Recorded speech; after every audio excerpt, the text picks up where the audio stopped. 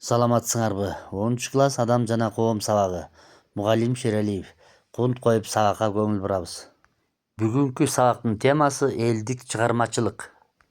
Бүгүнкү сабактын планы Манас эпосу, кыргыз элинин энциклопедиялык чыгармасы, кенже эпостор, лирикалык ырлар, эмгек ырлары, ырым-жырым ырлары, салт, үрп-адат ырлары, колдонмо өнөрдүн өнүгүшү, элдик музыка, музыкалык аспаптар.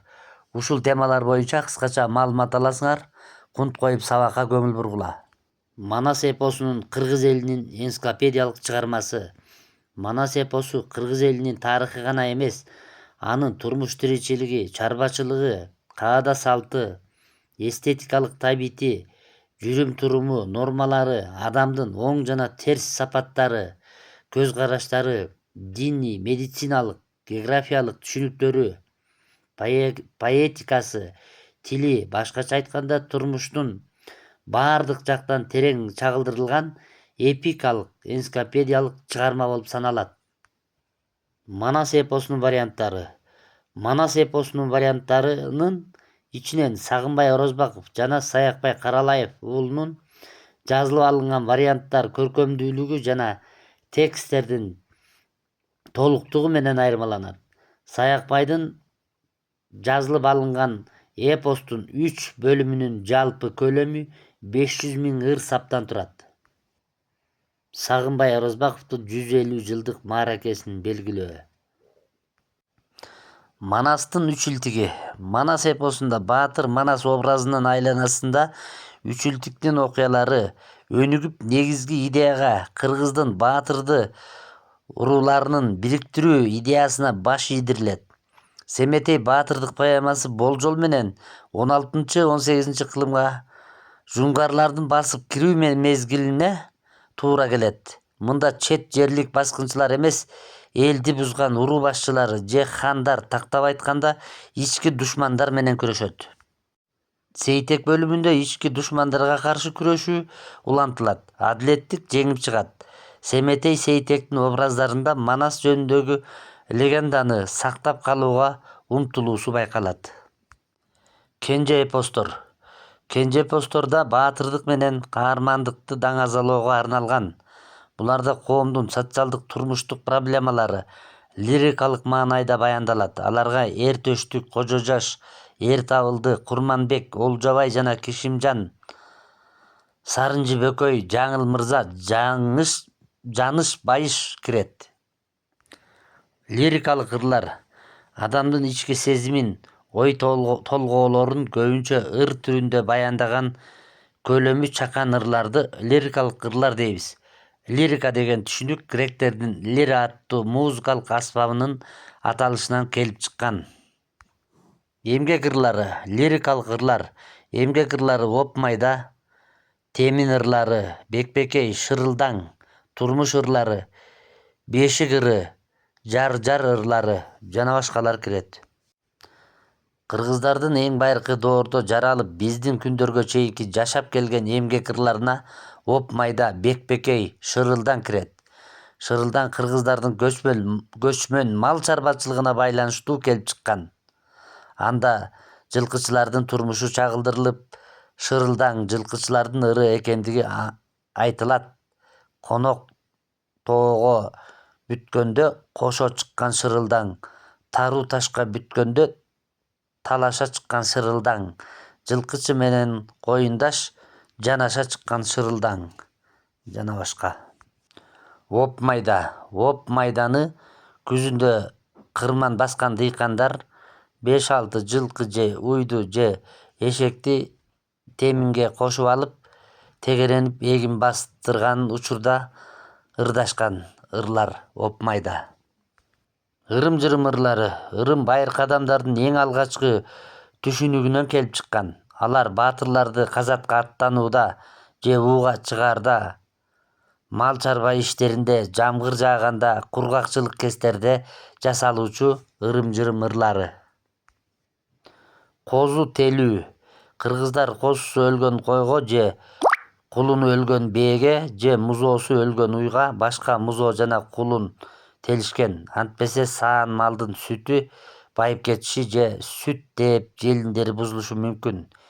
Телге, козу, музоо же кулун чоочун энеге бат алынып кетсин деген ой менен бир кыйла ырым-жырымдарды жасашкан.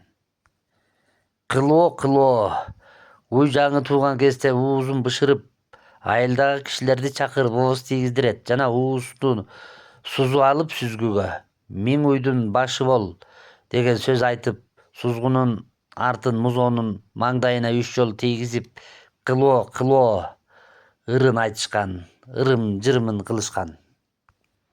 Алас жаңы жыл келгенде Ноорузда көжө кайнатышып, аны кыдырып ичишчү. Кемпирлер арчаны күйгүзүп, үйдүн ичине аластап, алас арбаледен калас. Эски жыл кетти, жаңы жыл келди, айдан аман, жылдан эсен чыгалы деп ырымдашкан. Салт, үрп адат ырлары. Кыргыздардын үрп адаттарга, каада салттарга арналган ырлары дагы үрп адат ырлары деп аталат. Кошоктор, адам өлгөндө кошулган кошоктор, кыз узатуудагы кошоктор жана башкалар салт, үрп адат ырлары болуп эсептелет. Колдонмо өнөрдүн өнүгүшү. Кыргыз элинин жасалга колдонмо өнөрү байыртадан бери эле өнүгүп сакталып келген. Анын негизгиси мал чарбачылыгынын продуктулары жыгачты металлды иштетүүгө байланышкан. Көркөм чыгармачылык укумдан тукумга өтүү менен өнүгүп отурган. 19-кылымдын биринчи жарымында монголдор уурусунан чыккан Айтмамбет Байтору уулунун элдик музыкалык аспаптары, ат жабдыктары жасоосу, металлдын түрлөрүн иштетүү, өндүрүү эл ичинде уламыш катары айтылып, Чыгыш Түркүстан, Фергана чөлкөмүнө тараган. Оймо чиймелер элдин демилгеси менен фантазиясынын көрсөткөн эң сонун көркөм мурастары пайда болгон. Бул сүрөттө кыргыздын улуттук колдонмо өнөрлөрү көрсөтүлгөн. Элдик музыка. Кыргыз эл музыкасы элдин маданиятын, дүйнөгө болгон көз карашын, турмуш тиричилигин, тарыхын, этностук жана эстетикалык идеяларын чагылдыруучу баа жеткис мурас. Элдик ырлар Кыргыздын музыкалык чыгармачылык басымдуу бөлүгүн түзгөн. 19-кылымда орус жана чет элдик окумуштуулар, саякатчылар, изилдөөчүлөр Чокон Валиханов, Радлов жана башкалар кыргыз эли ыр чыгарууга жана ырдоого өтө шыктуу экендигин белгилешкен. Кет бука күүсүнүн тарыхы. Манас эпосунун жайсаң вариантында Кет буканын жаралыш тарыхы мындайча баяндалат. Каардуу камкор Чыңгыз хан бийликке умтулган уулдары Жуучу менен Чагатайдан кутулуш үчүн аларды өлтүрүүнү чечет. Жуучуну өлтүрүп, анын сөөгүн Чагатайдын үйүнүн алдына таштатат да уулум Жуучуну өлтүргөнүн угузган адамдын оозуна эритилген коргошун куйдурам деп жар салат. Агасынын өлгөнүн көргөн Чагатайдын айласы кетет. Аны оор абалдан Ак бука деген кыргыз комузчусу чыгарат. Комузчу өтө аткарылган күү менен Жуучунун өлгөндүгүн Чыңгыз ханга угузат. Музыкалык аспаптар. Кыргыз эли байыркы аспаптардын бүгүнкү күнгө чейин сакталып келген негизги өзгөчөлүктөрүнүн бири бул алардын бир эле мезгилде күнүмдүк турмушта, ырым-жырымда, үрп адатта кеңири колдонулуп келгендигинде. Энисе кыргыздардын музыкалык аспаптары жөнүндөгү эскерүүлөр тандоорунда тиешелүү. Ал маалыматтар 7-10 кылымды камтыйт. Мындай маалыматтар географиялык саякатчылардын, изилдөөчүлөрүнүн илимий эмгектеринде кездешет. Комуз кыргыздардын чертме кылдуу музыкалык аспабы. Түрк элдеринде тартма кылдуу жана какма аспаптарынын комуз аспаптары бар. Комузду өрүк, алмурут, карагай, арча, жапантал, өндү, экме жана жапайы жыгачтардан чыгат. Жалбырактары күбүлгөн жана мөмөсү бышкан кезде кыйылган жыгач сомдолуп сууга кайнатылып, анан ышталган.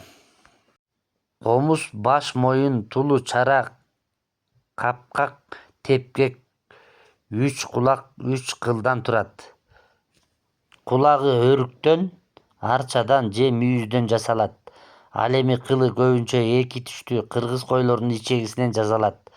Муздак сууга салынган ичегини сыдыргы менен тазалап, ийик менен оңго ийирип, анан аябай кере тартышып кургатышкан. Залкар комузчулар кылды добушка жараша кылдаттык менен жасашкан. Кылгыяк улуттук кылдуу жаалуу музыкалык аспап. Ал негизинен кулак, чара, моюн, куткун, тээк жана башка бөлүктөрдөн турат. Тулкусу көк арчадан, өрүктөн, сомжугачтан чабылат. Узундугу 65-70 см, мойну кыска, беренеси жок, добушу чыгаруу чарасы тең бөлүнгөн алмурут сыяктуу. Анын жарымы төөнүн териси менен капталат. Алдында туурасынан кичинекей ичке жыгачтан бертик коюлат. Кылгыяктын түрлөрү дүйнөгө, түрк элдерине кеңири тараган. Алардын ичинен кыргыздардын кылгыягы тембри, добушу, күүлөнүшү, жалпы формасы, чабылышы жагынан алдыңкы орунда турат. Тема боюнча кыскача суроолор. Ооз-эки чыгармачылык деген эмне? Манас эпосунун мааниси жөнүндө кыскача айтып бергиле. Кенже эпосторго кайсы чыгармалар кирет? Лирикалык ырларга мүнөздөмө бергиле. Эмгек ырларынын мааниси кандай экен? Салт, ырым, жырым ырларынын мааниси кандай? Колдонмо өнөр кандайча өнүккөн? Элдин музыкалык өнүгүшү, музыкалык аспап жөнүндө айтып бергиле. Ушуну менен сабагыбыз аягына чыкты. Көңүл бурганыңарга чоң рахмат. Саламатта калгыла.